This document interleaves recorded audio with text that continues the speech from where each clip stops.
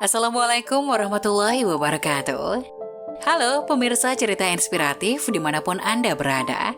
Salam sejahtera untuk kita semuanya. Semoga kita semua dalam keadaan sehat dan tetap dalam lindungannya. Kembali lagi dengan kami di channel Cerita Inspiratif, di mana kita akan berbagi kisah-kisah inspiratif penuh makna untuk Anda simak.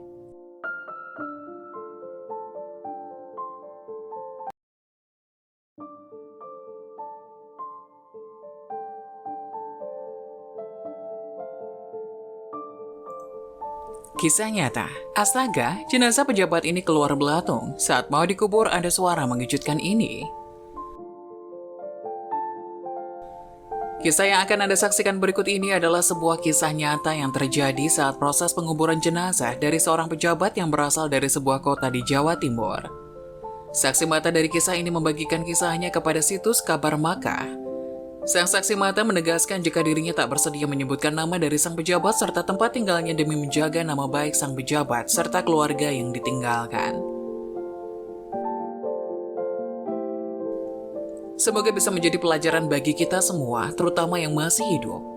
Kisah ini awalnya didapatkan sang saksi mata dari seorang modin atau pengurus jenazah yang mengaku jika dirinya menyaksikan kejadian tersebut. Kepada sang saksi mata, modin ini mengaku sudah menekuni profesinya selama hampir 16 tahun. Sang modin juga sudah merasakan berbagai macam pengalaman selama ia mengurus jenazah. Ada yang meninggal karena kecelakaan, sakit, usia tua, bahkan sampai bunuh diri dan lain sebagainya. Namun pengalaman sang modin ketika ia mengurus jasad sang pejabat dirasanya sebagai salah satu pengalaman paling istimewa sekaligus mengejutkan. Hal ini salah satunya disebabkan sang pejabat merupakan sosok yang kaya dan juga cukup berpengaruh di wilayah tersebut. Proses penguburan jenazah sang pejabat ternyata menyisakan pengalaman aneh, menyedihkan, menakutkan, serta memberikan banyak hikmah bagi sang modin yang juga tak mau disebutkan namanya. Sebagai salah satu modin yang memang sudah lama bekerja di tempat tersebut, pria ini awalnya diminta anak dari almarhum untuk ikut serta mengurus jenazah sang ayah. Namun sesampainya di rumah jenazah, sang modin justru mencium bau tidak sedap. Ternyata setelah ditelusuri, bau menyengat tersebut berasal dari sang jenazah. Bahkan bau ini membuat perut sang modin terasa mual. Saya sudah banyak mengurusi jenazah, tapi saya tak pernah mengurus jenazah dengan bau yang sebusuk ini, ujar sang modin kepada saksi mata yang diwawancara kabarmakkah.com. Ketika melihat wajah sang jenazah, sang modin justru merasa tersentuh. Ia merasa jika wajah sang jenazah seperti wajah seorang yang dilanda rasa takut, cemas, kesal, dan berbagai macam ekspresi negatif lainnya.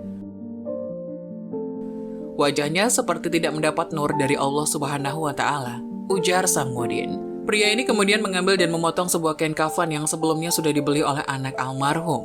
Kebetulan pada saat itu ada dua orang pria yang dulu pernah mengikuti kursus atau pendidikan mengurus jenazah dari sang modin.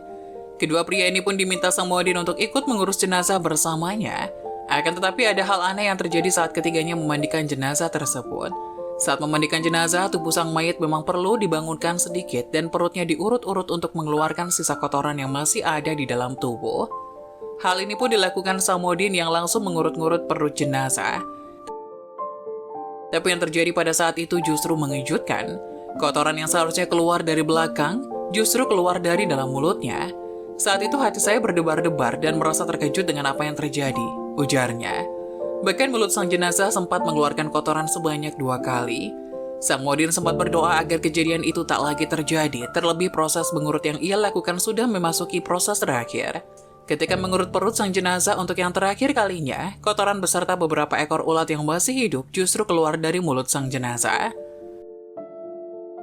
Bentuk ulatnya menurut sang modin mirip seperti belatung, padahal jenazah diketahui meninggal akibat serangan jantung dan waktu kematiannya terbilang masih baru.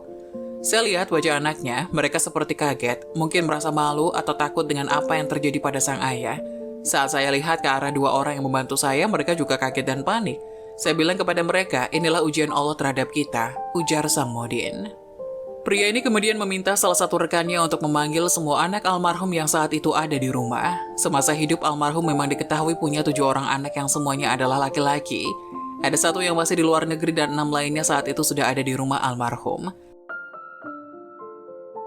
Saat semuanya datang, sang modin mengaku langsung memberikan nasihat kepadanya. Saya ingatkan mereka kalau tanggung jawab saya hanya membantu mengurus jenazah ayah mereka, bukan mengurus semuanya. Tanggung jawab ada pada ahli waris atau keluarganya. Sudah seharusnya anak-anak dari almarhumlah yang lebih afdal untuk mengurus jenazah sang ayah, ujarnya. Samudin kemudian meminta izin agar semua anak-anak almarhum membantu menunggingkan jenazah sang ayah. Kejadian aneh pun kembali terjadi. Ketika jenazah ditunggingkan, tiba-tiba keluar ulat-ulat yang masih hidup. Bahkan jumlahnya hampir memenuhi sebuah baskom. Hal ini membuat semua orang yang menyaksikan semakin bertambah panik. Kejadian ini pun membuat Samudin terus berdoa dan berharap agar tak lagi ada kejadian ganjil yang menimpa sang jenazah. Usai kejadian tersebut, Samudin mengatakan jika ia kembali memandikan serta mewudukan sang jenazah. Ia juga meminta anak-anak dari almarhum untuk mengkain kafankan sang ayah. Jenazah pun dibawa ke dalam kamar dan yang bisa melihat hanya keluarga terdekat saja.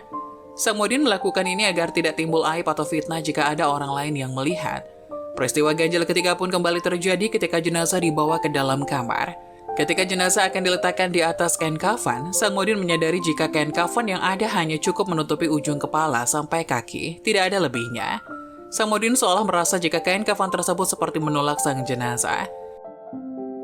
Meski begitu, ia meyakini jika mungkin dirinya yang salah di saat memotongnya.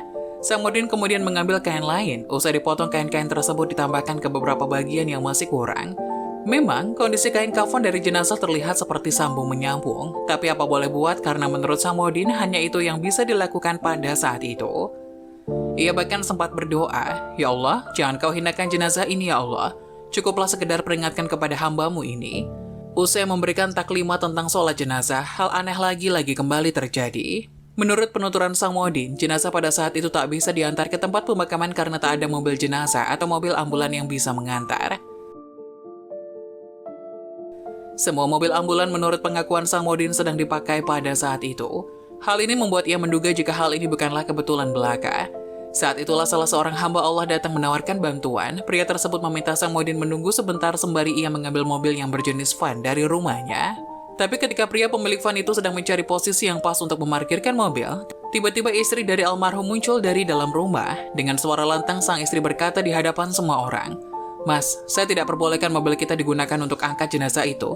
Sebab semasa hayatnya dia tidak pernah mengizinkan kita naik mobilnya." Semua orang yang mendengar sontak merasa kaget. Bagaimana bisa seorang istri justru mengatakan hal yang demikian? Samudin akhirnya terpaksa meminta pria itu untuk membawa pulang vannya. Saat itulah muncul laki-laki lain yang berniat menawarkan bantuan. Mobil yang ditunggu pun datang, namun kembali terjadi hal aneh. Mobil yang datang justru tiba dalam keadaan basah kuyup. Mobil tersebut sebenarnya merupakan mobil jenis lori yang dipakai pemiliknya untuk mengantar ayam ke pasar. Dalam perjalanan menuju mobil pemakaman, saya meminta agar kedua rekan saya tadi menghimbau masyarakat untuk tidak ikut menguburkan jenazah. Cukup menunggu di rumah duka saja. Saya tak mau mereka melihat ada peristiwa ganjil lagi. Hal yang ditakutkan Samudin justru terjadi lagi. Setibanya di lokasi pemakaman, Samudin sempat meminta 3 anak almarhum untuk turun ke liang lahat. Sementara 3 lainnya membantu menurunkan jenazah. Namun saat itulah Allah Subhanahu wa Ta'ala berkehendak lain. Saat jenazah menyentuh tanah, tiba-tiba air hitam berbau busuk justru keluar dari celah-celah tanah. Padahal tanah pada saat itu kering, tidak basah sama sekali. Kondisi hari yang saat itu tidak hujan membuat Samudin heran dari mana air tersebut muncul. Saya minta anak almarhum agar jenazah ayahnya dikemas dalam peti dengan hati-hati. Saya takut nanti ia terlentang atau telungkup. Na'udzubillah. Kalau mayat telungkup, tak ada harapan untuk mendapat syafaat dari Nabi, ujarnya. Papan keranda pun langsung diturunkan dan kuburannya pun langsung ditimbun tanah. Tanah pun sempat diinjak-injak agar mampet, dan kalau hujan tidak ambrol. Tapi kembali, hal ganjil terjadi. Samudin mengaku tanah yang diinjak justru becek. Hal ini membuat Samudin meyakini jika jenazah yang ada di dalam liang lahat sudah tenggelam oleh air hitam berbau busuk tadi. Melihat keadaan tersebut, saya minta anak-anak almarhum agar berhenti menginjak tanah itu. Saya tinggalkan lubang kuburan sedalam 1/4 meter.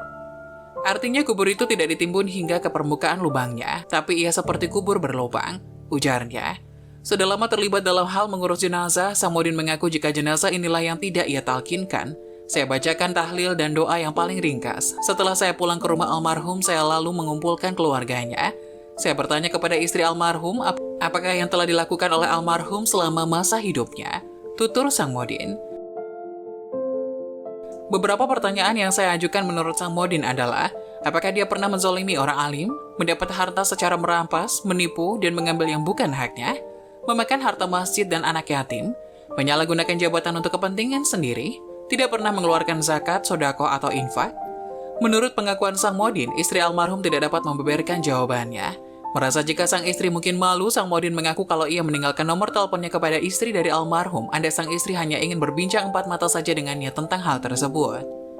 Tapi sedihnya hingga sekarang tidak seorang pun dari anak almarhum menghubungi saya, ujar Sang Modin. Sang Modin juga menuturkan jika anak-anak dari almarhum ternyata berpendidikan tinggi, bahkan ada yang beristri orang Amerika, Australia, dan ada yang bahkan istrinya berasal dari Jepang. Peristiwa ini akan tetap saya ingat, dan kisah ini benar-benar nyata, bukan rekaan atau isapan jempol. Semua kebenaran saya kembalikan kepada Allah Subhanahu wa Ta'ala, pencipta alam raya ini, ujar Sang Modin mengakhiri kisahnya. Semoga kisah ini menjadi pelajaran berharga bagi kita semua, terutama yang masih hidup, untuk selalu memanfaatkan setiap detik dalam hidup untuk melakukan hal-hal yang baik.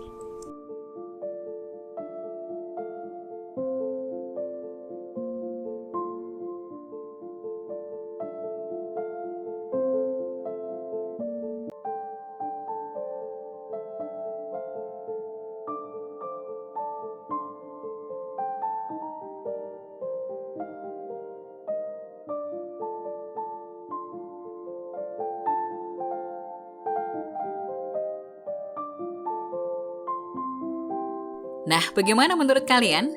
Jangan lupa tulis pendapat kalian di kolom komentar ya. Wassalamualaikum warahmatullahi wabarakatuh.